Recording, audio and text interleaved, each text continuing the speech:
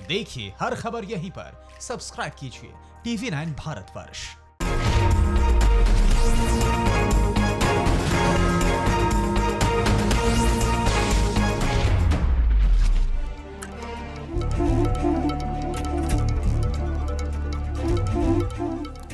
नमस्कार, मैं हूं दिनेश गौतम। हमारी आज की अड़ी में आप सबका बहुत स्वागत है।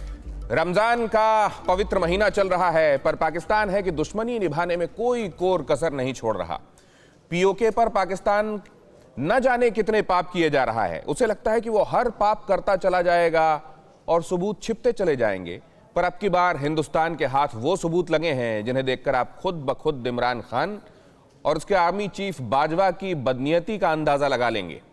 पाकिस्तान इतना बेशर्म हो चुका है कि वो अपने ही लोगों का इस्तेमाल हिंदुस्तान के खिलाफ हमले के लिए करता है, पर जब बात दुनिया को पता चलती है तो जिनेवा कन्वेंशन को ढाल बनाकर भीख मांगने लगता है। अब बहुत हो गया।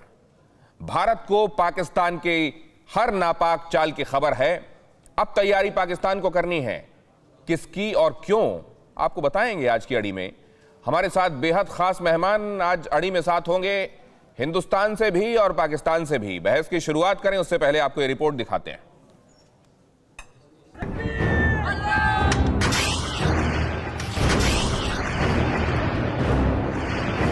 इमरान खान, ये तस्वीर देख लो, आंखें फाड़ कर देख लो, दिल दिमाग खोल कर देख लो। देखो कैसा कायर है तुम्हारा बाजवा, देखो कैसे डरपोक हैं तुम्हारे कायर बाजवा के जवान।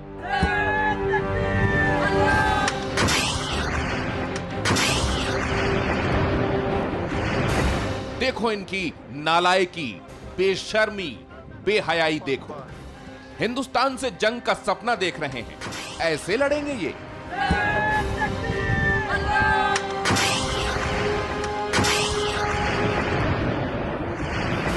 सीमा पार से पाकिस्तान के जवान फायरिंग कर रहे हैं, मगर जरा ध्यान से देखिए ये तस्वीर। इन्होंने जिस छत से फायरिंग की है वो एक सिविलियन एरिया है, आम इंसान का घर। इमरान खान अब पीओके में आम इंसानों को जंग के लिए इस्तेमाल कर रहे हैं। इमरान, अपने फौज की करतूत पर थोड़ा शर्म करो।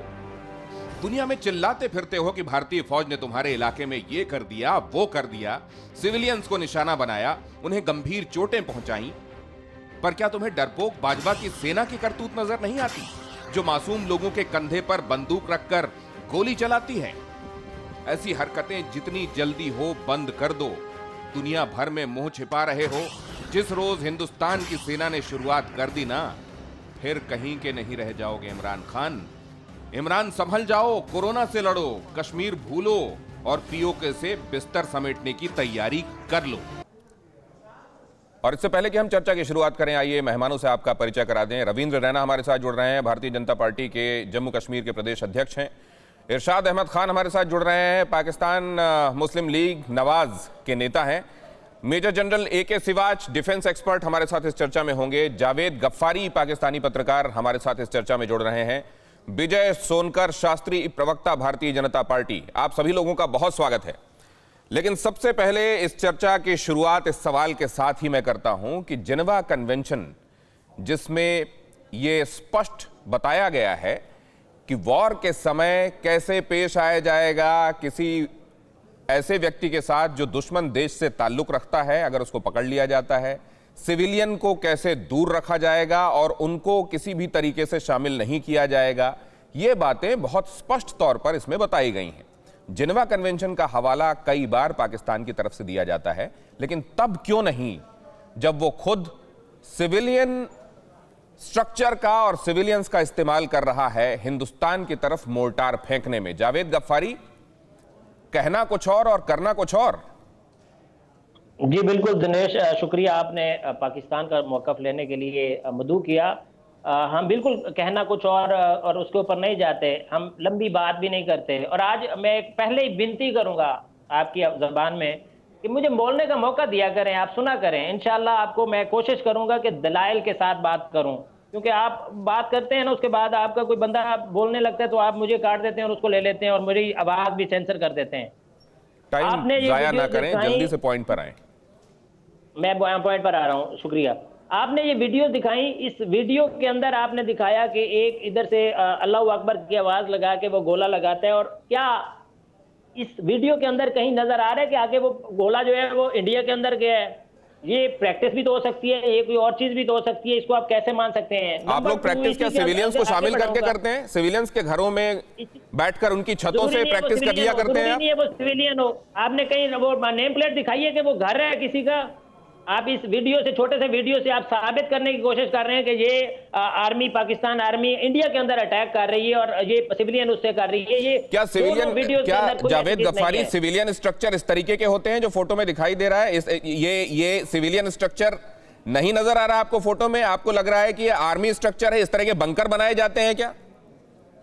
इस चीज को वाजे करने के लिए एक वफद आया था अक़वाम मुत्तहिदा का, हमारे पास भी आया, आपके पास भी आया, हम उन्हें इस बॉर्डर पर लेके गए, आप आईओके के अंदर नहीं लेके गए।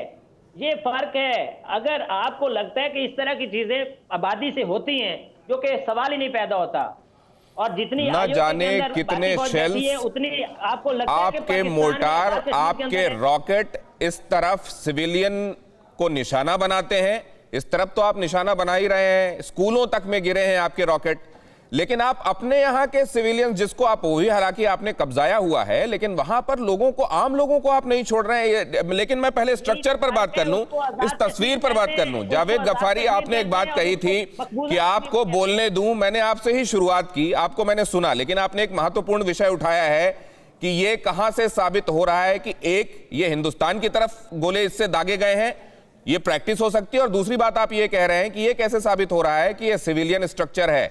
सिवाज साहब से मैं समझूंगा। सिवाज साहब, ये तस्वीरें आप देख रहे हैं? देखो दिनेश, इसमें कोई दो राय नहीं, ये इलाका लाइन ऑफ कंट्रोल का है, और ये पाकिस्तान की तरफ से जो सिविलियन को आड़ लेके घर से फायर किया गया है, और ये जो मिसाइल जो फायर की गई है हैंड हेल्ड से, ये बंकर बस्टिंग के लिए की जाती है। पाकिस्तान जो है आजकल क्या करता है, वो सिविलियन एरिया से फायर करता है। उसको मालूम है भारत की फौज सिविलियन एरिया पे जवाब नहीं देती, ओनली मिलिट्री इंस्टॉलेशन पे या लॉन्च पैड पे अटैक करती है, तो उसकी ढाल लेके वो फायर करता है। अगर गलती से उसके ऊपर फायर आ जाता है तो फिर वो दिखाता है कि किस प्रकार से भारत की फौज जो सिविलियन एरिया पे फायर करी, मगर भारत की फौज सिविल एरिया में फायर नहीं करती, बल्कि पाकिस्तान की जो फौज है, सिवाज साहब, इसीलिए कहा जाता है क्या, और स्कूल में भी फायर करते हैं? सिवाज साहब, इसीलिए कहा जाता है क्या कि बाकी जगहों पर country has an army, Pakistan वाहिद ऐसा मुल्क है जहां आर्मी हैज अ कंट्री, क्योंकि वो सिविलियन को भी शामिल कर लेते हैं और सिविलियन के घरों को भी नहीं छोड़ते हैं। बिल्कुल ठीक बोला Dinesh. Rich Pakistan army as a poor country, ये एक मिसाल हर पूरे वर्ल्ड में दी जाती है कि एक आर्मी के पास देश है, वो पाकिस्तान है। तो इसमें कोई दो राय नहीं, पाकिस्तान आज अपनी सिविलियन की आड़ लेके फायर अब, लेकिन इसका तरीका क्या होना चाहिए? रविंद्र रैना साहब, हमारी तरफ तो सिविलियन जहां पर बस्तियां हैं वहां पर गोले गिराए जाते हैं, वहां पर भी, क्योंकि उनको मालूम है कि ये इनके लोग नहीं है, कब्जाए हुए लोग हैं, तो उनको फिर आखिर अपनी आवाम की तरह ये ट्रीट क्यों करेंगे? उनके घरों से, क्योंकि वो रहते हैं तो रहे, मरते हैं तो मरे, उनके घरों से ये रॉकेट चला रहे हैं। अब ऐसे में हमारी सेना के सामने कितनी बड़ी दुविधा होती होगी। देखिए, पाकिस्तान कायरों का देश है, पाकिस्तान गिरोड़ों का देश है, और पाकिस्तान की सेना का यह काम है कि सिविलियन लोगों को ढाल बना के वहां से मिसाइल फायर करना, वहां से गोलीबारी करना। और मैं एक नहीं सैकड़ों ऐसे एग्जाम्पल दे सकता हूं कि अभी हाल ही में 2 महीने पहले जो हमारा जम्मू कश्मीर का पुंछ का एरिया है, कलाई हो, बांडी चेचियां का एरिया हो, या हमारा लोरन मंडी सब्जियां का एरिया हो, पाकिस्तान की ओर से हमारे सिविलियन एरियाज में फायरिंग की गई। पिछले 2 महीने में कम से कम 7 से 8 लेडीज और बच्चों की डेथ हुई है। वो किसने डेथ की है? पाकिस्तान सिविलियन एरियाज को टारगेट करके गोलीबारी करता है। और दूसरा, पाकिस्तान की सेना सिविलियन एरियाज और लोगों के घरों से ये जो मिसाइल आपने बताया है कि कैसे वो हमारे सिविलियन एरियाज को टारगेट करके पाकिस्तान ने ये मिसाइल मारा और एक सिविलियन घर की छत से। मैं पूछता हूं, ये जो पाकिस्तान के यहां एक समर्थक यहां बैठे हैं, पाकिस्तान के नागरिक, जब कोई ट्रेनिंग करता है तो क्या लोग और महिलाएं और बच्चे साथ में खड़े होते हैं जब सेना प्रैक्टिस करती है? दूर दूर तक सेना नहीं होती है, पूरे एरिया को लोगों की आवाजाही से बंद रखा जाता है। यहां लोग साथ खड़े हैं। ये पाकिस्तान की एक कुटिल चाल है। पहला तो जावेद गफ्फारी तो ये इशारा कर रहे हैं कि उनके कान में आवाज नहीं जा रही है, तो जरा ये इंश्योर करें। और अगर पाकिस्तान से गोलीबारी, जावेद गफ्फारी, आपने सुन लिया, भारतीय सेना महिलाओं बच्चों को वहां से दूर किया जाता है जहां पर इस तरीके की चीजें। रैना साहब, इस पॉइंट पर जवाब भी ले लें जरा गफ्फारी जी का और इरशाद साहब का, उसके बाद मैं विजय सोनकर शास्त्री साहब के पास भी जाऊंगा। क्यों नहीं आप सच को कबूलते जावेद गफ्फारी? आप इसलिए क्योंकि पाकिस्तान की तरफ से आप बात करने आए? कबूलने के लिए बैठे हुए हैं, हम सच को कबूलने के लिए बैठे हुए हैं। अगर इस तरह का कोई सच होता तो मेरे पास, मैं रिपोर्ट पढ़ देता हूं, फिर आप मुझे रिपोर्ट नहीं पढ़ने देते। जिसके पढ़िए जल्दी कीजिए। साल के मैं बता सकता हूं, पढ़ लूं? अब मैं बता सकता हूं जिसके अंदर पूरे साल के अंदर आपने जो इंडिया की तरफ से हमारी शहरी आबादी पर, आजाद कश्मीर में हमारी शहरी आबादी के ऊपर जो अटैक किए हैं, उसकी सारी तफसीलात बता देता हूं कि कितने हमारे जख्मी हुए, कितने हमारे शहीद हुए। लेकिन आप उसको नहीं देखते। आप ये एक वीडियो जो जिसका कोई पता नहीं है, जिसमें कोई समझ नहीं आ रही कि ये वीडियो दरअसल क्या है। मेरे पास भी एक वीडियो है, ये नहीं तो आप चाहते हैं कि मैं इस पर बात ना करके आपको ये बताने लगूं कि आपकी आर्मी की तरफ से कितने सीज फायर वायलेशन हुए हैं? क्या मैं आपको ये बताने लगूं कि हमारी तरफ कितनी सिविलियन कैजुअलिटीज हुई हैं? हमारी आर्मी ये है कि जब आपका आर्मी खड़ी होती है ना व्हाइट फ्लैग लेके, तो हम लाशें उठाने के लिए उनको टाइम देते हैं। ये देखिए व्हाइट फ्लैग आपकी तरफ से उठाया गया, हम उसको टाइम दे रहे हैं। ये हमारी आर्मी है। हमारी आर्मी की ये नहीं है कि वो रिहायशी आवाम उसके अंदर बड़े घुसेगी और वो आपके ऊपर अटैक करेगी आपकी आर्मी के ऊपर। ऐसा नहीं है। हमारी आर्मी ऐसे गुजलाना नहीं करती। इसका 100% श्योर है। हमारी जो अक़वाम मुत्तहिदा का वफद आया था, यूएनओ का, आपकी आर्मी ने कई बार ये बताया है कि उसका चेहरा क्या है। रैना साहब आपकी आवाज नहीं, आपको मैं अलग से अभी पूछूंगा सर, और आप अपनी बात कहिएगा। लेकिन गफ्फारी जी ने एक पॉइंट रखा है तो जरा उस पर मैं बात कर लूं। आप अपने जवाब दीजिएगा, मैं आपके पास आऊंगा। लेकिन दो लोग साथ में बोलेंगे तो किसी की भी आवाज अलग से नहीं सुनी जाएगी। मैं लेकिन आपको एक बात मिस्टर गफ्फारी, मैं आपको यह बता देना चाहता हूं। एक बार ये वीडियो देख लीजिए। आपके यहां आर्मी और आर्मी से जुड़े हुए लोगों की तरबियत क्या है, और आप लोग सिविलियन ऑफिसर्स को कैसे आप ट्रीट करते हो, जरा वो देख लीजिए। जरा ये वीडियो चलाइए, उसके बाद बात करते हैं। वो वीडियो जिसका जिक्र मैं कर रहा हूं, उसमें एक हाँ, मैं तो इतना, हमें कोई भी, ये सारी गाड़ियाँ खड़ी हैं, यही बताया कि गाड़ी नहीं छोड़ी जी।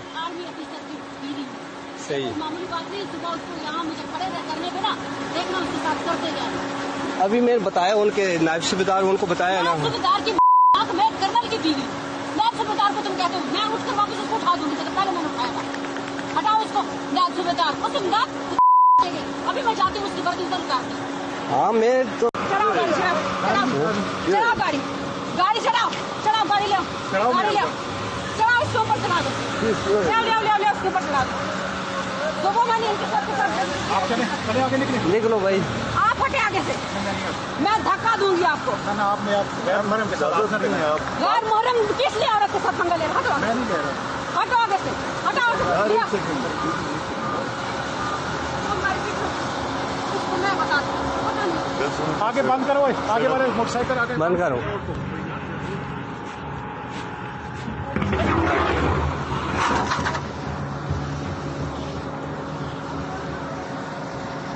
तुम्हारी इतनी मजाल, हटाओ आगे से। आसान गाड़ी निकालो, आसान तुम गाड़ी निकालो, हटो आगे से। दवा खराब नहीं करो मेरा, हटो हटो। पकड़ो इसको, रखो आगे। अब सब गाड़ी निकालो, गाड़ी निकालो। तुम क्या चाहते हो? मैं तुम लोग सर कंधा। तो इस तस्वीर ने यह बता दिया कि आर्मी में काम करने वाले लोग वहां कितने नकचढ़े हो गए हैं, उनके घर वाले। और ये जो मोहतरमा हैं, इनके पतिदेव का भी एक वीडियो है साल भर पुराना, उसमें इनके पतिदेव का नाम फारूक है। यहां तो कम से कम ये फिर भी मां की आंख करके इस गाली में थोड़ा कुछ सेंसर कर दे रही हैं। उन्होंने तो गालियां इस कदर कही हैं कि इसलिए वो वीडियो भी हम आपको नहीं दिखा सकते। इस आर्मी की बात की जा रही है, ये लिहाज करेगी किसी का? इरशाद साहब, आपके पास आ रहा हूं मैं। जी, ये अल्फाज इस्तेमाल किए हैं हमारे प्राइम मिनिस्टर और हमारे आर्मी चीफ के बारे में। देखिए, मतलब किसी की रिस्पेक्ट होती है, इज्जत होती है, पहले तो हमें इज्जत देनी चाहिए टीवी नहीं, पर किसने? बैठकर। आप ही के लोग इस्तेमाल कर रहे हैं, हमने कोई इस्तेमाल नहीं किया शब्द। हमको सबको इज्जत, ड्यू रिस्पेक्ट देते आता है। आप समझ पाए हम क्या कह रहे हैं? हमारे आर्मी चीफ के बारे में बात की, पहले तो हमें इज्जत। कहीं ऐसा तो नहीं है कि हम आम की चर्चा कर रहे हैं, आप इमली पे बात कर रहे हो? आपको मालूम है ना अभी हमने कौन सा वीडियो दिखाया, उसमें कौन गाली दे रहा था, ये मालूम है ना आपको? मैं अभी उसी तरफ आ रहा हूँ। देखें, एक खातून दे रही है तो आपके पास क्या प्रूफ है? उससे हमारी आर्मी को इन्वॉल्व कर रहे हैं आप। एक किसी का जाती केस है, अगर मैं जाती तौर पे हूं तो मेरा मुल्क का तो मसला नहीं बीच में डालते हैं आप पूरी आर्मी को इन्वॉल्व करें। और दूसरा, आप कह रहे हैं कि हम लोग ये जिनकी पत्नी है वो कर्नल महोदय भी इसी तरीके से पेश आ चुके हैं, उनका भी वीडियो है, लेकिन उन्होंने गालियां इतनी दी हैं कि वो हम दिखा नहीं रहे हैं। पहले तो ये, और हमारा ध्यान इस पर भी गया कि आपके यहां इंडिया की बात कर करके, कश्मीर की बात कर करके आर्मी ने कितनी जेबें भरी हैं। क्या लेविश गाड़ियों में घूम रहे हैं आपके ऑफिसर्स और उनकी बीवियां? आपको मैं एक बात बताऊं, आपने लफ्ज गीदड़ यूज किया। हम लोग शेर हैं, हमारी मोहब्बत, हमारी आर्मी, हमारा मुल्क, हमारा वजीर आजम हमेशा अमन का पैगाम देता है। अरे तो थोड़ा अमन का पैगाम अपने सिविलियंस को दे दीजिए, कटोरा लेके घूम रहे हैं। अभिनंदन ने हमारे मुल्क में सिर्फ आंख उठा के देखा था, हमने उसको गिरा लिया। ये हमारी मोहब्बत और शफकत हमारे वजीर आजम और हमारी आर्मी चीफ की थी कि आपका वो फौजी जवान हमने वापस किया, वो सिर्फ इसलिए किया कि हम लोग अमन का पैगाम नहीं, बाकी दुनिया फर्जी है, आप लोग जेन्युइन हो। रविंद्र रैना, ये है कि जिस दिन इनको सच्चाई कबूल क्यों नहीं होती? रविंद्र रैना, पल्लू के पीछे छिपते हैं, ये आपकी बहादुरी है, ये आपकी आर्मी की बहादुरी है। वहां मेरा सवाल रविंद्र रैना से है, बाकी लोग सुने, जो बीच में बोलेंगे उनकी आवाज नहीं सुना पाऊंगा मैं। रविंद्र रैना, अपनी बात पूरी कीजिए। जी देखिए, पाकिस्तान की आर्मी अक्सर जो पीओके है, जो पाकिस्तान के कब्जे वाला जम्मू कश्मीर है, वहां के रहने वाले लोग वो हिंदुस्तानी हैं। मीरपुर, कोटली, भिंबर, बाग, पलंदरी, देवा, बटाला, नीलम वैली, गिलगित बल्टिस्तान, ये सारे जम्मू कश्मीर जो भारत का है, इसके भाग है, पाकिस्तान के नाजायज कब्जे में है। और वहां के लोगों को पाकिस्तान की आर्मी सता रही है, तंग कर रही है। वहां के लोगों के छतों के ऊपर जाके जबरन वहां हथियार डंप करके वहां से मिसाइल हमारी आर्मी की पोस्ट पर मारती है। पाकिस्तान की आर्मी कायर है, वहां की महिलाओं के पल्लू के पीछे छुपकर वो गोलीबारी करते हैं। कहां के पाकिस्तान के सिपाही हैं? यरगमाल बना के रखा है, बंधक बना के रखा है पाकिस्तान ने। और पाकिस्तान ने हमेशा सिविलियन एरियाज में बच्चों को, गरीबों को, मजदूरों को, किसानों को बॉर्डर के ऊपर टारगेट किया है। हमारी आर्मी ने कभी इस प्रकार का ह्यूमन राइट्स का वायलेशन नहीं किया है जो पाकिस्तान ने किया। आतंकवादियों की घुसपैठ कौन कराता है? आतंकवादी कहां से आते हैं? सब पाकिस्तान की ओर से आते हैं। ट्रेनिंग कैंप्स कहां पे हैं? पाकिस्तान की आर्मी ने पाकिस्तान के कब्जे वाले जम्मू कश्मीर में बनाए। किस आर्मी की बात कर रहे हैं? दुनिया की सबसे ह्यूमन राइट्स का वायलेशन करने वाली अगर कोई आर्मी है, वो पाकिस्तान की आर्मी है। पाकिस्तान ने अपने कब्जे के अंदर जो जम्मू कश्मीर है, वो भारत का हिस्सा है।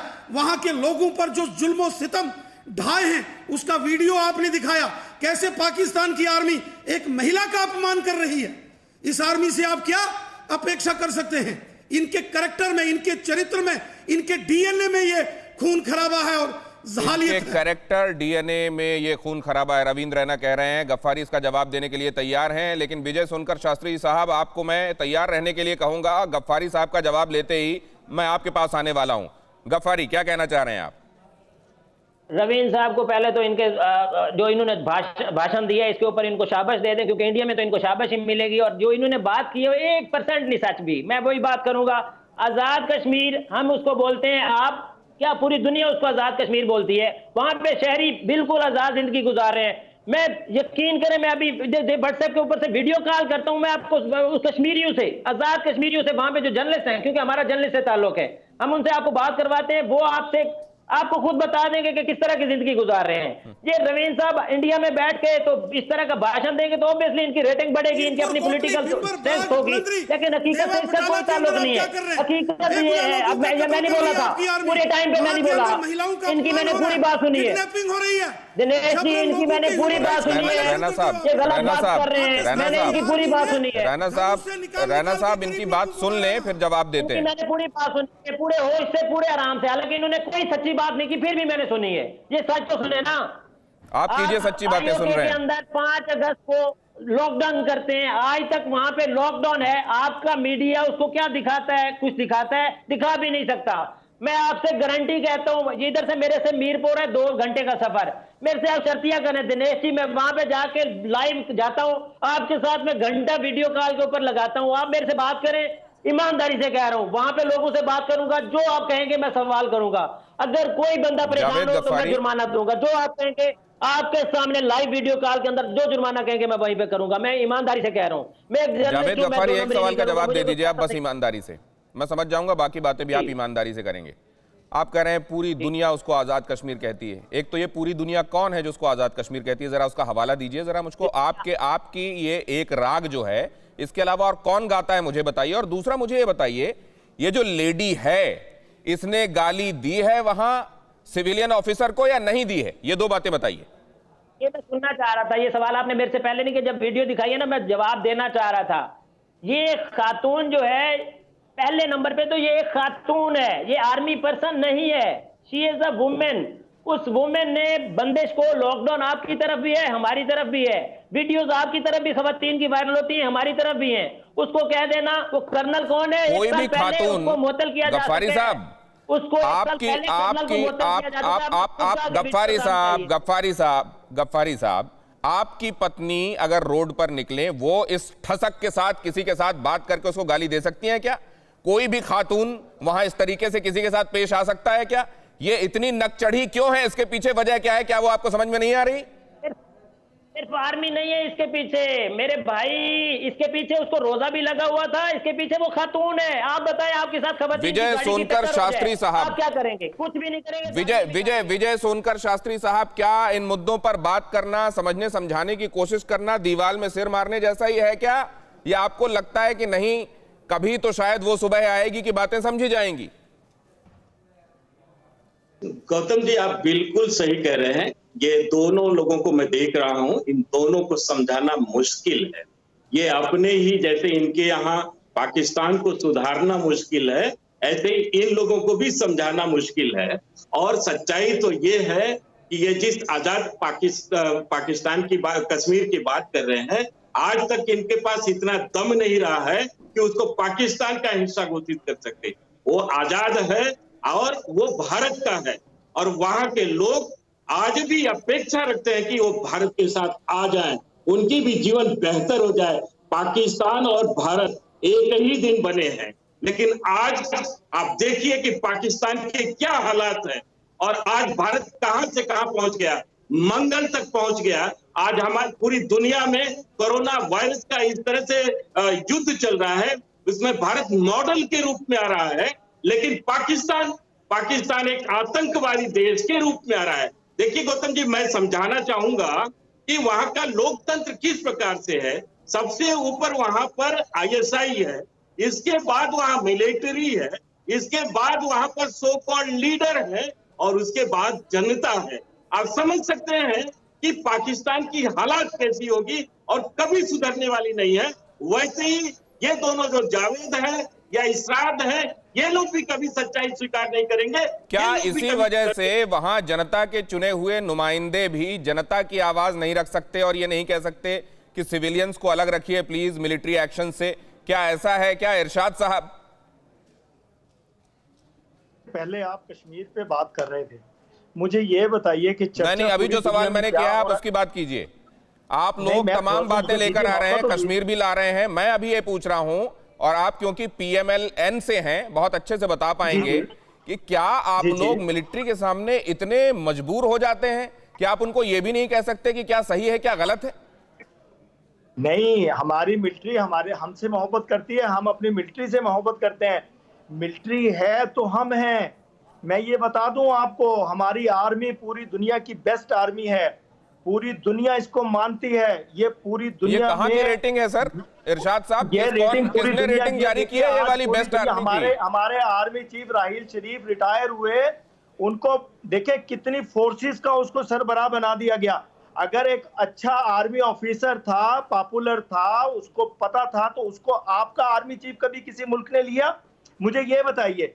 आप लोग देखें, आप बात करते हैं कभी कश्मीर की, कभी किसी खातून अपनी मर्यादा खातून को आप बार-बार और सैक्रोसेंट कैसे रहना है ये समझते हैं। खातून है, वो रिटायर्ड किन मामलों में दखल देना है नहीं देना ये जानते हैं। जी। और आप ये बताने में लगे हुए हैं, नहीं के साथ है, आप ये कह रहे हैं वो नंबर 1 रेटिंग वाली है और उसके ऑफिसर्स को दुनिया लेने के लिए मरी जा रही है, आप ये कह रहे हैं। सरहदों की हिफाजत करना भी जानती है। दूसरी बात कि आप कहते हैं कश्मीर में मैं ये कहता हूं कि मकबूजा कश्मीर में घुस बैठिए, आप लोग बन गए। आपने देखे वहां क्या हालात किए हुए हैं। आपने एक लॉकडाउन मकबूजा कश्मीर को किया, पूरी दुनिया लॉकडाउन घुस बैठिए, हम बन गए कि आपने चाइना को घुसा लिया, पहले उसको जमीन दान दे दी और अब वहां बांध बनाने की कोशिश कर रहे हैं। उसमें आपके भूख, अफलास, बेरोजगारी, आप अपने हिंदुस्तान को देखिए।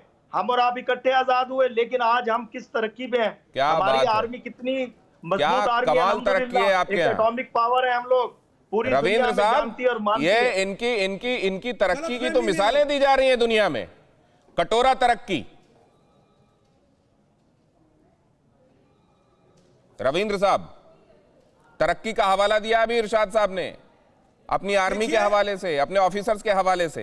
एक साथ आजाद हुए, आप कहां हैं और देखिए हम कहां पहुंच गए। पाकिस्तान ने हमेशा से ही मानवाधिकारों का हनन किया है। आतंकवादियों के कैंप कहां हैं? पाकिस्तान के अंदर हैं। हाफिज सैयद, अजहर मसूद, शेख सलाउद्दीन कहां हैं? दाऊद इब्राहिम कहां हैं? सब पाकिस्तान के शेल्टर में हैं। ओसामा बिन लादेन कहां मारा गया? आर्मी जो है वो आतंकवादियों को ट्रेनिंग देती है। ओसामा बिन लादेन कहां मारा गया? ओसामा बिन लादेन कहां पकड़ा गया? एबटाबाद कहां है? अमेरिका ने भी जिस प्रकार तालिबान को समाप्त किया, और पाकिस्तान के हर सबूत सारी दुनिया के पास है कि आतंकवाद को बढ़ावा देने का काम पाकिस्तान ने किया है।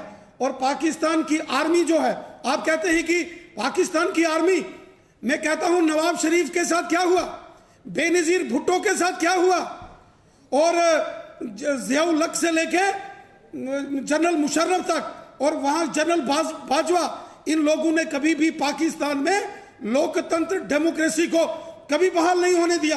हर चौथे साल वहां पाकिस्तान की आर्मी लगाए हुए हैं, बारी का इंतजार नहीं कर रहे हैं, बीच में कुछ कह रहे हैं। उन्होंने भी भोगा हुआ है, आर्मी की तपिश को महसूस किया है, लेकिन क्या करें, वहां बैठकर उन्हें यही करना पड़ेगा। जावेद गफ्फारी उंगली खड़ी किए हुए हैं, कुछ कहना चाह रहे हैं। लेकिन जावेद गफ्फारी, आप वहां के एक जर्नलिस्ट हैं, आप ही के यहाँ के एक जर्नलिस्ट ने क्या कहा है वो जरा सुन लीजिए, फिर बातें करते हैं। मैं देखो, आप ये एक बड़ी दिलचस्प बात है।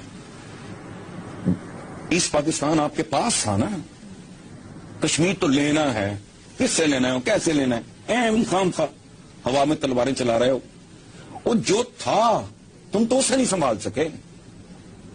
किस मुंह से बात करते हो? कश्मीर लेना है, क्या करना है लेके? लेकिन आपसे कराची नहीं संभाला जा रहा, आपसे बलोचिस्तान नहीं संभल रहा। होश करें ये लोग, जो है उसको तो करें, कश्मीर का छोड़ दें। बड़ी बातें होना और जो था वो भी नहीं संभाल पाना। मिस्टर गफ्फारी। दिनेश जी, हसन निसार साहब माशाल्लाह बड़े सीनियर कॉलम निगार हैं, हम इनकी रिस्पेक्ट करते हैं, लेकिन इनका एक प्रोग्राम आप देखेंगे तो उसमें आपको कोई और झलक नजर आएगी, अगले प्रोग्राम में कोई और तजिया करेंगे। इसलिए हम नहीं कह सकते कि ये जो इन्होंने राय दे दी है, ये क्या नहीं, जो बात कह रहे हैं वो गलत है क्या? सर गलत है ना, आप मुझे बता दें। सही है, क्या बांग्लादेश अलग नहीं हो गया? सवाल किया था, उसका भी जवाब मैंने देना है। आजाद कश्मीर वाले सवाल का जवाब मैंने देना है। आप मुझे बताएं, आपको बहुत सारे जवाब देने हैं, लेकिन जो सवाल मैंने पूछा उसका जवाब दीजिए। क्या बांग्लादेश अलग हुआ नहीं हुआ? वो भी आपने नहीं पूछा था। नहीं हुआ, नहीं, ये वाली बात मैं नहीं मानता। सर, पाकिस्तान आर्मी हो या पाकिस्तान की जनता, एक सेकंड में बलूचिस्तान भी दिखा दूं क्या आपको? बलूचिस्तान में आप बलोच लोगों के साथ कैसे पेश आ रहे हैं वो भी दिखा दूं? 17 दिन रह के आया हूं दिनेश जी, वो मेरा अपना चैप्टर है। बलूचिस्तान आप मुझे क्या दिखाएंगे? 17 दिन में अभी गुजार के आया हूं। वहां के एक एक चीज, चमन से लेकर उस तक, ज़ियारत तक, ये मैंने सफर किया है, सारा ट्रैवल किया, और वहां पे मैंने एक एक चीज देखी है। 17 दिन में वहां पे रहा हूं।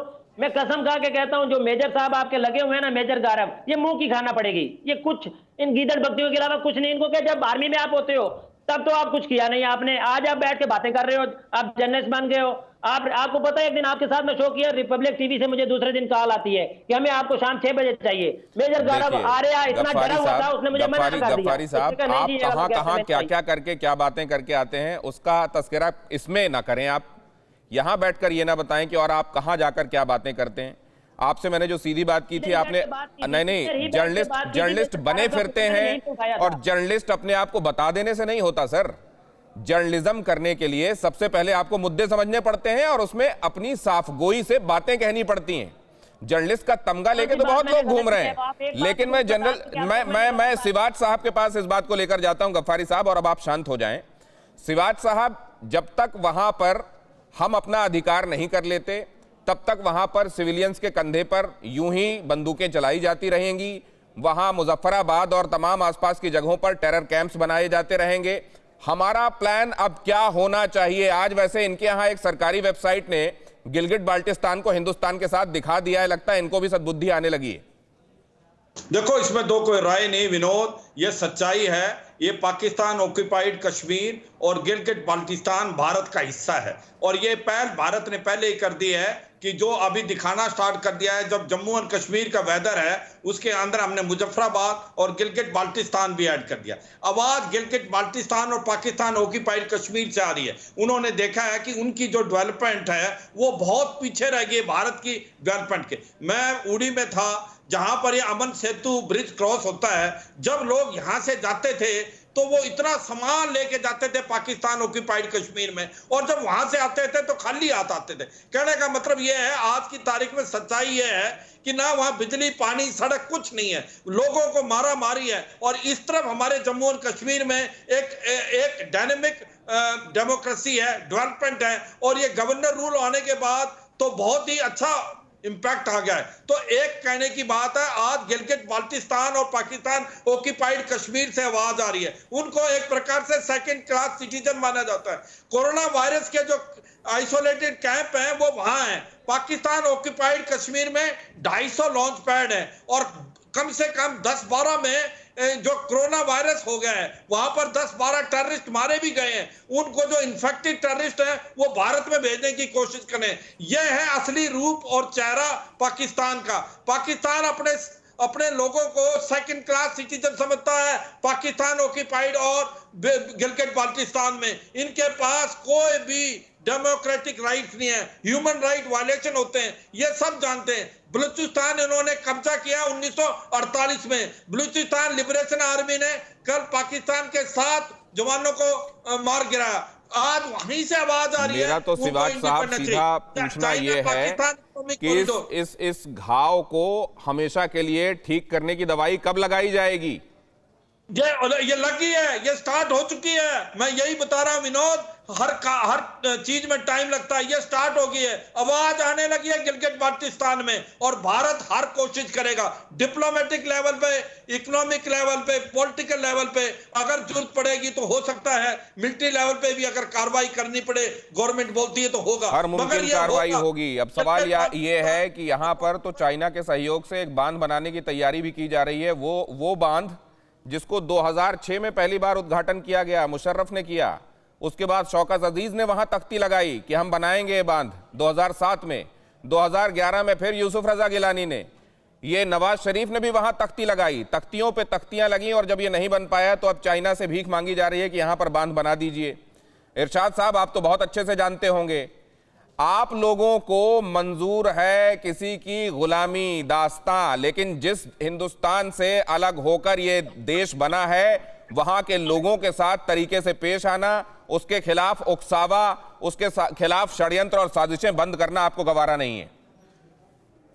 देखिए, बाद में पहले ये करूं कि आपने बात की बलूचिस्तान की। हम लोग, मैं फिर पहले भी आपसे कहा कि हम लोग अमन के लोग हैं। हमारी आर्मी, हमारी गवर्नमेंट हमेशा अमन चाहती है। आप बलूचिस्तान की बात कर रहे हैं, आप लोग पूरी दुनिया का नजरिया क्यों नहीं है आपके लिए? आप अमन के पुजारी हैं। कहां से पकड़ा गया? पाकिस्तान का पासपोर्ट लेकर आप किसी देश में जब आप जाते हैं तो क्यों आपको उस भरोसे के साथ कि आप तो अमन के पुजारी हैं, भाई साहब आइए, ऐसा क्यों नहीं किया जाता? आप लोग हमेशा दहशतगर्दी की कोशिश करते हैं, और अल्हम्दुलिल्लाह हमारी एजेंसियां ऐसी हैं कि जो आप लोगों को पकड़ती हैं। ये कुलभूषण कौन है मुझे बताइए? आप इसे ऑन करते हैं कि नहीं करते? इरशाद साहब आवाज आ रही है आपको मेरी? आप हमेशा से जब से पाकिस्तान बना है इरशाद साहब आपको आवाज आ रही है? कोशिश करते हैं, आप हमेशा कोशिश करते हैं दहशतगर्दी फैलाने की हमारे मुल्क में, लेकिन आज तक आप लोग कामयाब नहीं हो सके। कामयाब इसलिए नहीं हो सके, हमारी आर्मी, हमारी एजेंसियां, हमें सब पता होता है कि आप लोग क्या करने वाले हैं। हम आपके नापाक इरादे हमेशा से पहले से निस्तो नाबूद कर देते हैं। दूसरी बात यह है कि हम डैम बनाने जा रहे हैं, अभी डैम बनाएंगे और फिर आपको बताएंगे। तीसरी बात यह है कि आप हमारी तरफ मैली निगाह उठाकर तो देखिए, हम आपको बता देंगे कि हमें एज ए नेशन कौन लोग हैं। यही नारा लगा के आप वहां पर अपनी दुकानें चलाते रहे। रविंद्र रैना सुन रहे हैं आप? दूसरी बात यह है, नारा लगा के अब ये आवाज आई आपको? ये आवाज आई आपको? पहले वाली मेरी आवाज नहीं आ रही थी। रविंद्र रैना बोलेंगे, आप शांत हो जाएं। पाकिस्तान है गौतम जी, ये रविंद्र रैना बोलिए। के लोगों को मैं एक बात बताना चाहता हूं, जो इस पैनल पर जो लोग बैठे हैं, एक जमाने में पूर्वी पाकिस्तान होता था, लेकिन आज वो बांग्लादेश है। 90,000 पाकिस्तान की फौज को हमारी इंडियन आर्मी ने गिरफ्तार करके रामलीला मैदान में सुबह उठक बैठक हमारे आर्मी के जनरल कराते थे। वो जनरल नियाजी को भूल गया किस तरीके से सरेंडर किया था हमारे आर्मी के आगे? वो ढाका भूल गए? करगिल के अंदर किस तरीके से हमारी आर्मी ने मारा? 1965 की जंग में लाहौर में तिरंगा झंडा हमारी आर्मी ने लहराया था। करगिल में मार मार के पाकिस्तान की आर्मी को हमने वहां से खदेड़ा। आ रहा हूं। और जब सर्जिकल स्ट्राइक हुई और बालाकोट में एयर स्ट्राइक हुई, भूल गए आप? चुपचाप पाकिस्तान को पीओके पाकिस्तान के कब्जे वाला मत गिनाया हमारा जम्मू कश्मीर है और गिलगित-बल्तिस्तान, ये खाली करना पड़ेगा इनको। क्योंकि अगर आप ताकत गिनाने के हिसाब से आएंगे तो आप जानते हैं कि आप जो भी करेंगे वो लफाजी होगा। ना तो इतिहास आपका साथ देता, ना वर्तमान आपका साथ देता। लेकिन मैं मिस्टर गफ्फारी के पास थोड़ा सा साफगोई की उम्मीद लेकर ये कहने जा रहा हूं कि आप लोग ये जो बम गोले चलाते हो सिविलियंस के बीच में बैठकर, और उसके साथ आप पाक नारे लगा रहे होते हो, नाराए तकबीर, अल्लाहू अकबर, आप क्यों अपने धर्म को बदनाम करने में लगे हुए हो? धर्म को हम नहीं बदनाम करते। धर्म की आप अगर बात करेंगे तो बदनाम कौन कर रहा है, ये पूरी दुनिया को पता है। फिर आप कहेंगे मैं दुनिया को बीच में डालता हूं। आप ये मुझे बताएं, मकबूजा कश्मीर के अंदर आईओके के अंदर कौन सी हुकूमत ने पूरा टेन्योर किया 5 साल के लिए? कोई एक बता दें, कोई एक। जिसको भी आपने वजीर अल्लाह बनाया उसको आपने हटाया 2 साल के अंदर, 1.5 साल के अंदर। हमारा आजाद कश्मीर के अंदर कोई एक बता दें कि वजीर आज़म ने पूरा टाइम ना किया हो, कोई एक। हमारे किसी सदर ने पूरा टाइम ना किया हो आजाद कश्मीर के अंदर। स्पेसिफिक क्वेश्चन पूछ रहा हूं, उसका जवाब दे दीजिए आप गफ्फारी साहब। आप इतने तैश में क्यों हैं और आप इतने सारे मुद्दों पर क्यों चर्चा करना चाहते हैं? एक स्पेसिफिक मुद्दा है, 1 घंटे के अंदर उसी पे चर्चा हो सकती है। आइए उस पे बात कर लें। ये वीडियो एक बार फिर से चला दीजिए और इसके साथ जो नारे लग रहे हैं वो दिखा दीजिए एक बार फिर से। और मैं इनसे ये पूछ लूं कि ये क्यों मजहब को बदनाम करने में, सिविलियंस के कंधों पे बंदूक चलाने में, रखकर चलाने में तुले हुए हैं? दिखवा दीजिए एक बार, सुनिए, इसको देख लीजिए अच्छे से, फिर आपको जवाब देने में आसानी रहेगी।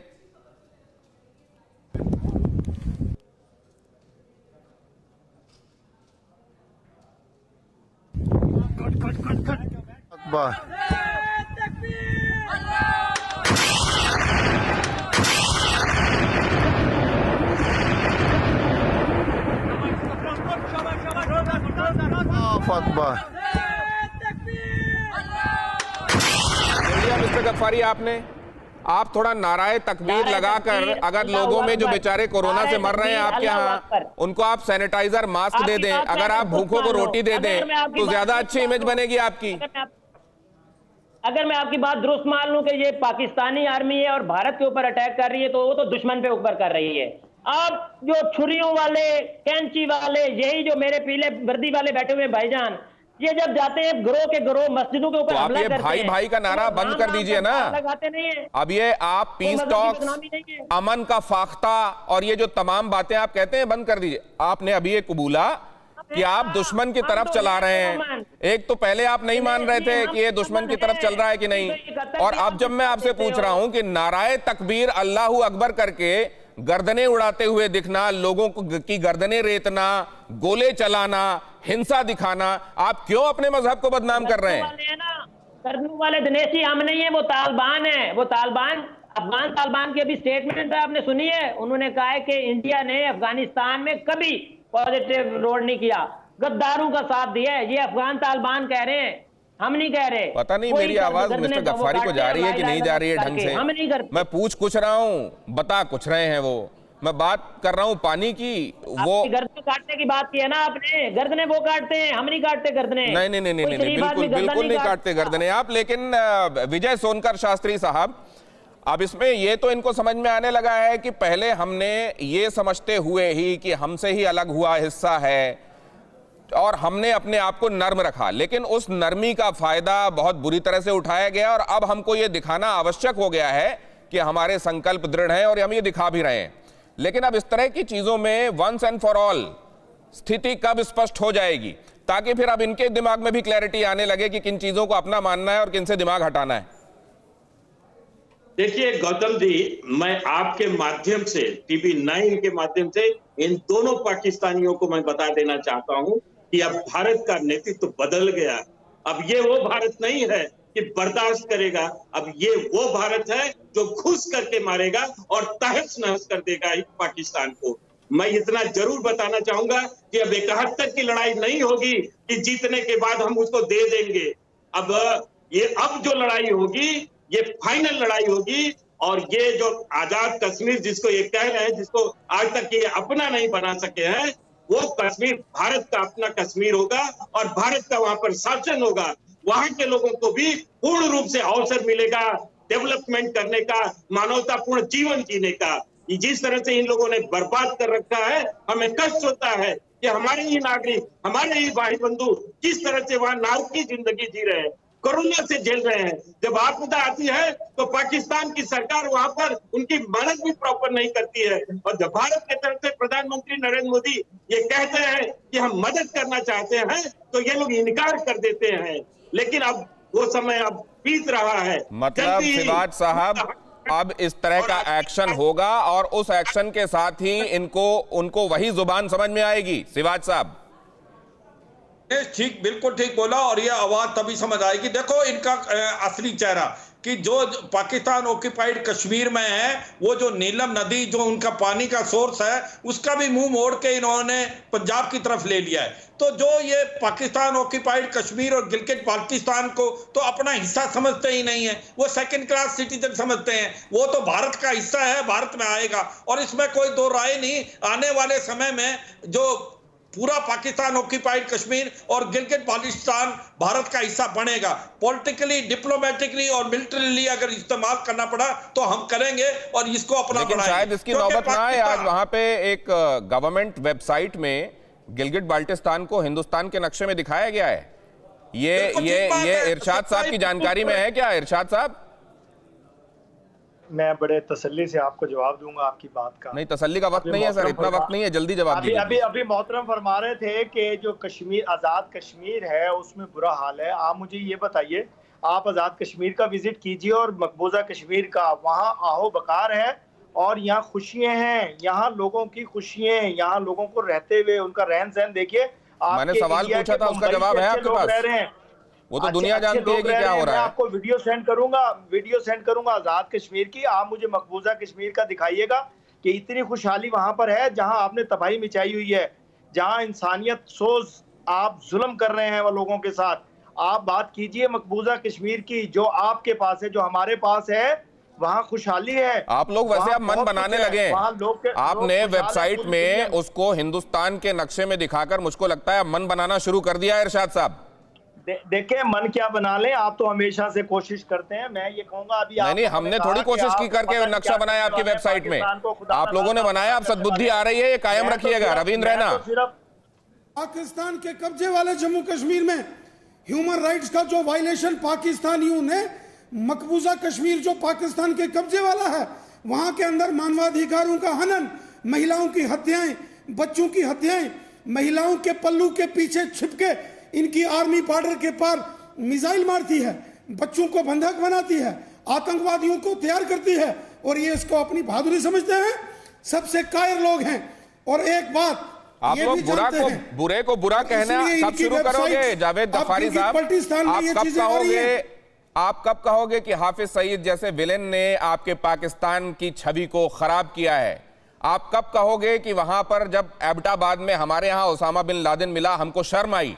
आप लोग कब कहोगे कि वाकई हम लोग जो गलत कर रहे थे उसको अब दुरुस्त किए जाने की जरूरत है और धीरे धीरे हम एज अ कंट्री सुधरेंगे? आप कब कहोगे? आप कब कहोगे कि सिख जो बैठे हुए वहां को हक दे देंगे? आप कब कहोगे कि हम वहां पे मुसलमानों के साथ अच्छा सलूक करेंगे? आप कब कहोगे 5 अगस्त से लेकर आज तक का कर्फ्यू हम मीडिया पर दिखाएंगे, वहां पे तकालीफ उनकी दिखाएंगे? आप कब कहोगे कि गुजरात के कातिल को हम वजीर आजम बनाने की बजाय उसको नीचे गिरा के उसको डंडा लगाएंगे? आप कब कहोगे कि वहां पे ईमानदार देखना गवारा ही नहीं है? आप कब कहोगे? मैंने पूछा तो आप मेरे से सवाल कर रहे हो। यहां जवाब देने के लिए आप आए हो कि मुझसे सवाल पूछने के लिए आए हुए हो? और एक बात बताइए, पाकिस्तान पासपोर्ट लेकर जब आप कहीं जाते हैं आपको कैसा महसूस होता है? अभी जिनको आप कह रहे थे कि हमारे यहाँ के कॉलमिस्ट हैं, मैं इनका बड़ा एहतराम करता हूं लेकिन ये अलग अलग रंगों में नजर आते हैं, वही साहब ये कह रहे थे कि बांग्लादेश का जो टका है ना वो आपके रुपये से मजबूत है और वहां पर पॉपुलेशन को कंट्रोल करके लोगों को ठीक से रखना आ गया, आपके यहां नहीं आया। बांग्लादेश का पासपोर्ट, उसकी कीमत ज्यादा है, वजन ज्यादा है पाकिस्तान के मुकाबले। क्या बात कर रहे हो आप? मुझसे सवाल पूछ रहे हो कि आप कब करोगे? 75% जनता आपकी वॉशरूम से बगैर है। आप कब दे दोगे तालीम उनको? क्यों दोगे? क्योंकि उनको फिर पता चल जाएगा। आप नहीं दोगे, वॉशरूम नहीं दोते यार। आप लोग कमाल को दिनेश जी आज उठे, आज ये कंपेन चलाएं मीडिया पर कि वॉशरूम तो दो यार, एक बुनियादी जरूरत है, हर घर में होना चाहिए। बदबू से बुरा हाल होता है, सुबह हमारे यहाँ तो बन गए, बदबू। आपके यहाँ अब भी पटरियों में बैठे हैं, जरा देख लीजिए कहीं हाथ ना धो ले। हमारे विजय सोनकर शास्त्री साहब, विजय सोनकर शास्त्री साहब, लेकिन अब सवाल ये है कि ये अभी और कितना, क्या अभी कोरोना सामने खतरा है, वो निपट जाए, मतलब कोई बात दिमाग में रखी हुई होगी क्या सरकार ने, या अभी इसको लेकर किसी एक दिन हम लोग रात में अचानक, क्योंकि कई चीजें सरप्राइजिंग हैं इस गवर्नमेंट की, अचानक सुबह आंख खुलेगी और हमको पता चलेगा कि गिलगिट बाल्टिस्तान हमारे साथ है? नहीं गौतम जी, बिल्कुल कुछ ऐसा ही होगा। मैं अभी कोई ना उसका अंग हूं डिसीजन का नहीं, लेकिन मैं ये जानता हूं कि ये कटोरा इकोनॉमी बहुत दिनों तक चलने वाली नहीं है। और जहां तक मेरे प्रोड्यूसर मुझको बता रहे हैं कि किसी ने किसी को डंडे मारने की बात कही है, ये मेरे कानों में आवाज आई नहीं। ये गफ्फारी साहब, आपने क्या कहीं किसी को डंडे मारने की बात करी है? आपको पता है कि आप किसके बारे में गलत काम करता है? आपको इंडिया में डंडे कब मारे? इंडिया वाले कब डंडे मारे? नहीं, आपने गलत काम करता नहीं, आपने साथ में एक नाम लिया। और एक बात आपको बता दूं, रिस्पेक्टेबल लोगों के बारे में रिस्पेक्ट से बात करना सीख लीजिए जावेद गफ्फारी साहब, वो अच्छा रहेगा। आर्मी चीफ के बारे में हमारे कर रहे हैं, जैसे आप हमारे वजीर आजम के नहीं, वजीर आजम, आपके वजीर आजम मौलाना जो फजलुर रहमान है ना, उससे पूछ लीजिए वो कितनी रिस्पेक्ट दे रहे हैं। विजय सोनकर शास्त्री, अपनी बात पूरी कीजिए, आवाज इनकी डाउन कीजिए, पता नहीं बीच में क्या बोल जाए। मैं स्पष्ट बता रहा हूं कि भारत अब बदल चुका है और कब क्या होगा पाकिस्तान के संदर्भ में, और जहां तक ऑक्युपाइड कश्मीर के संदर्भ में, ये किसी से पूछने की अब जरूरत नहीं होगी। हमारी मिलिट्री पूरे ताकत के साथ खड़ी है और कभी भी वो निर्णय ले सकती है, उसके साथ पूरा नेतृत्व खड़ा है। अब ये पहले का भारत नहीं है। अब जावेद गफ्फारी, शांत रहिए, अभी आपकी आवाज नहीं आ रही है, बहुत अजीब लग रहे हैं, बड़े अजीब अजीब से चेहरे बना रहे हैं आप जबरदस्ती चेहरों के हिसाब से। आप ये ना बताने की कोशिश करें कि आप प्लीड कर रहे हैं और बड़े जबरदस्त कर रहे हैं। आप शांत रहें, आपके पास में आऊंगा तो मुद्दे पर तरीके से बोलिएगा। हाँ, विजय सोनकर शास्त्री साहब, अगर आपकी बात समाप्त हो गई हो तो रविंद्र रैना के पास में ये समझने के लिए जाऊंगा। रविंद्र रैना साहब, एक शिकायत ये जरूर, जिस हिस्से को इन्होंने कब्जाया हुआ है, वहां के रहने वाले कुछ लोगों ने कहा कि देखिए हमारे यहाँ का तो वो मिस्टर जान रहे हों, या कई लोग ऐसे जो एग्जाइल में भेज दिए गए अब यूके में रह रहे हैं, जब कभी हमारे यहाँ पर कोई एनजीओ या कोई ग्रुप बात करने की, कहने की कोशिश करता है, हमको दबा दिया जाता है। हिंदुस्तान क्यों नहीं इस बात को और पुरजोर तरीके से उठाता? ये बात कही है गिलगिट बाल्टिस्तान में रहने वाले लोगों ने। रविंद्र रैना, इस बारे में आपको क्या लगता है कि हमको भी उनके साथ उस आवाज को और पुरजोर तरीके से उठाना चाहिए? भारत पूरी तरीके से गिलगित बल्टिस्तान के लोग हों, मुजफ्फराबाद के हों, मीरपुर, कोटली, भिंबर, बाग, पलंदरी, देवा, बटाला, नीलम वैली के हों, जहां अस्कारदू के हों, ये सारे के सारे लोग भारत के हैं। हम इनका सम्मान करते हैं। हमें मालूम है कि ये लोग पीड़ा में हैं। पाकिस्तान की आर्मी इन पर कष्ट और इन पर मुसीबतें ढा रही है, मानवाधिकारों का हनन कर रही है, लेकिन थोड़े दिनों की बात है, पाकिस्तान को हम यहां से निकालेंगे। ये भारत का क्षेत्र है, भारत में आएगा, आज नहीं तो कल वहां तिरंगा झंडा लहराएगा। और मैं अक्सर इस बात को टेलीविजन पर भी और हमारी पार्लियामेंट ने भी कई बार इन मुद्दों पर बिल्कुल चिंता की है, और इंटरनेशनल कन्वेंशंस में भी हमने बार बार कहा है कि पाकिस्तान पीओके के अंदर बहुत मानवाधिकारों का हनन कर रहा है। जो पीओके का पाकिस्तान के कब्जे वाले जम्मू कश्मीर का इन्होंने so called prime minister Pakistan की सरकार बनाती है, वो एक चपरासी की तरह उसको ट्रीट करते हैं जब वो इस्लामाबाद में जाता है। पाकिस्तान का प्रधानमंत्री उनको मिलने का टाइम नहीं देता है। आप इतिहास गवाह है, पाकिस्तान के कब्जे वाले जम्मू कश्मीर में जितने भी सो कॉल्ड पीएम हुए हैं, प्राइम मिनिस्टर हुए हैं, इनके बयानात सुन लीजिए। उन्होंने अक्सर कहा कि चपरासियों से भी बदतर सलूक इस्लामाबाद की हुकूमत, पाकिस्तान की हुकूमत हम उनके साथ करती है। इरशाद अहमद खान साहब, कितने बढ़िया तरीके से वहां आप डेमोक्रेसी को कायम कर सकते हैं, कितने बढ़िया तरीके से फौज का अनावश्यक हस्तक्षेप रोक सकते हैं। इसी पर आइंदा दिनों में आपके मुल्क की क्रेडिबिलिटी बनने वाली है। क्या इस तरफ ध्यान है आपका? नहीं, अभी आप लोगों ने फरमाया कि हमारा आज़ाद कश्मीर आप हासिल कर लेंगे, पहले मकबूजा कश्मीर को तो संभाल लीजिए। वो जब नारा लगाते हैं, वो क्या नारा लगाते हैं आपको पता है? जो हमने अपना कश्मीर संभाला हुआ है, हमने अपना कश्मीर संभाला हुआ है, आपसे बांग्लादेश नहीं संभला, कोई बात नहीं, हमने अपना कश्मीर संभाला हुआ है, आपसे बलूचिस्तान नहीं संभल रहा है, कोई बात नहीं, हमने अपना कश्मीर संभाला हुआ है। जो पूछा जा रहा है उसका जवाब दीजिए। आपको अपनी क्रेडिबिलिटी की, आपके मुल्क की गरीबी की चिंता है, या इसी तरह के नारे लगा लगा कर आप उनको बरगलाते रहेंगे, भूखों मारते रहेंगे, कोरोना से मार डालेंगे? आप तो कम से कम सही बोलिए, आप तो विपक्ष में हैं वहां। नारा लगाते हैं, आपकी गलत फहमी।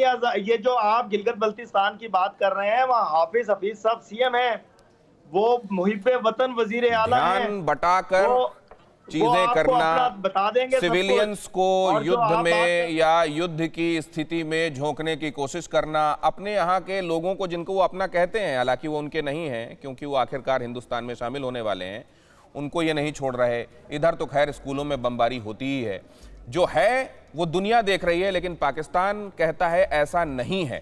क्या उसके कहने से ये बातें झुठला दी जाएंगी? बहुत धन्यवाद आप सभी अड़ीबाजों का हमारे साथ चर्चा में शामिल होने के लिए। लेकिन कुछ लोगों को आदत होती है ध्यान भटकाकर, वो देखो चिड़िया ऊपर कहकर पता नहीं क्या क्या कर देने की। आज की अड़ी में इतना ही।